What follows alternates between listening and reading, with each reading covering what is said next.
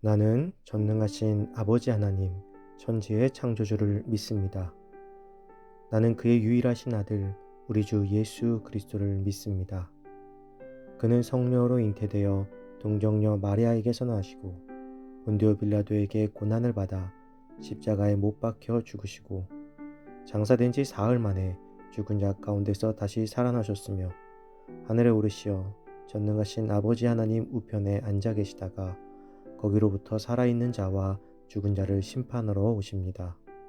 나는 성령을 믿으며 거룩한 공교회와 성도의 교제와 죄를 용서받는 것과 몸의 부활과 영생을 믿습니다.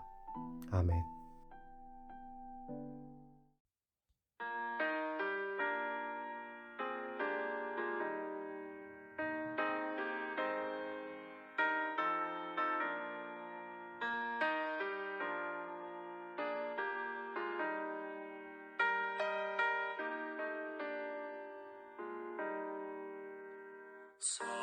사랑하는 주님 앞에 형제자매 한자리에 그 시련에 생각하며 즐거운 찬송 부르네.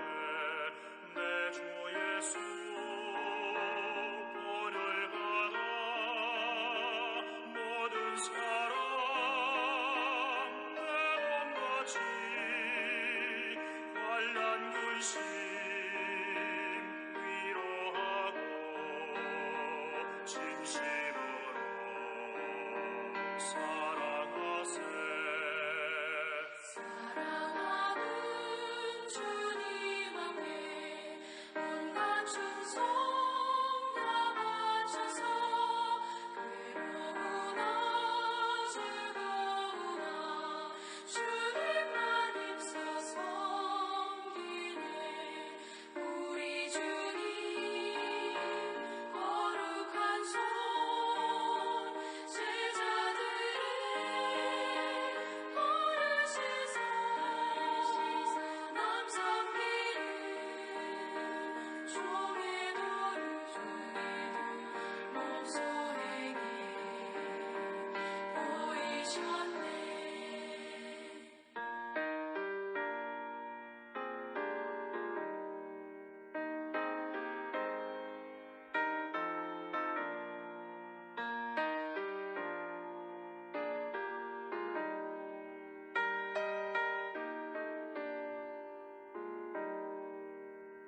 사랑하는 주님 예수 같은 주로 섬기나니 한비마다 한 몸이로 형제여 친구들이여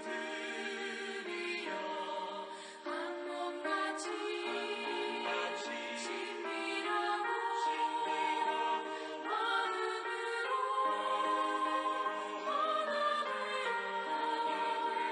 우리 주님 크신 뜻을 지성으로 준행하세.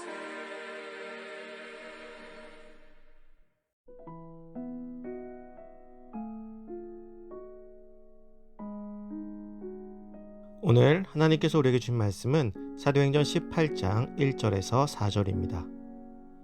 그 후에 바울이 아덴을 떠나 고린도에 이르러 아굴라라 하는 본도에서 난 유대인인 한 사람을 만나니 글라우디오가 모든 유대인을 명하여 로마에서 떠나라 한 고로 그가 그 안에 브리스길라와 함께 이달리아로부터 새로 온지라.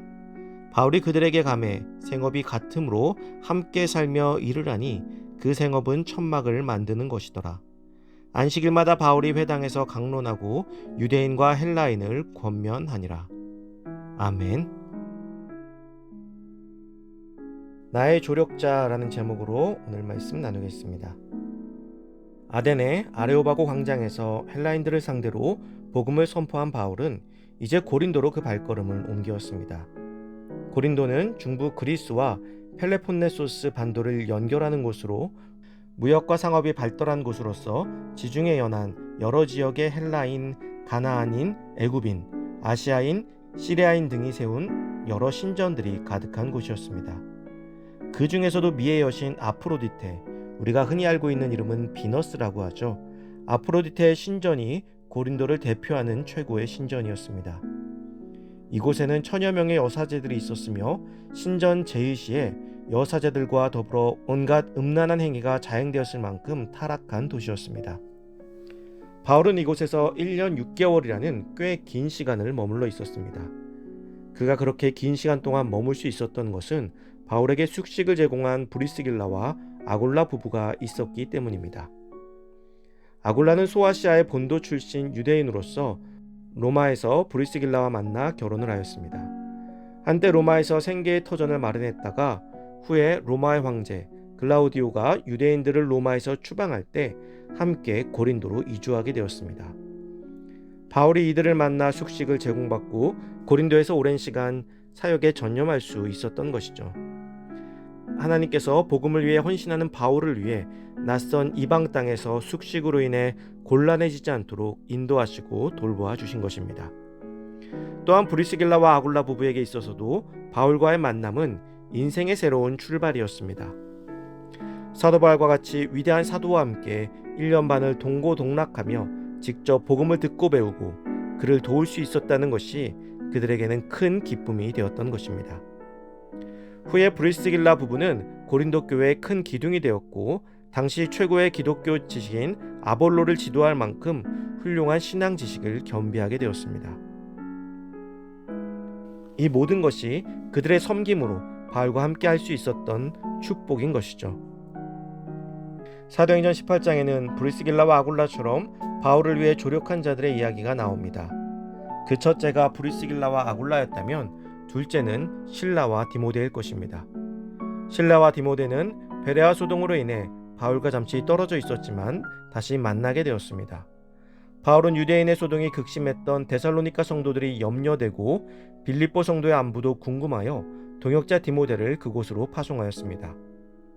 그리고 이제 고린도 사역을 혼자 감당하던 중에 이곳에서 다시 디모데와 실라를 만나게 된 것입니다. 그리고 그들과 함께 고린도를 복음으로 세워가는 귀한 역할을 하게 됩니다. 이렇듯 위대한 사도는 혼자 되는 것이 아닙니다.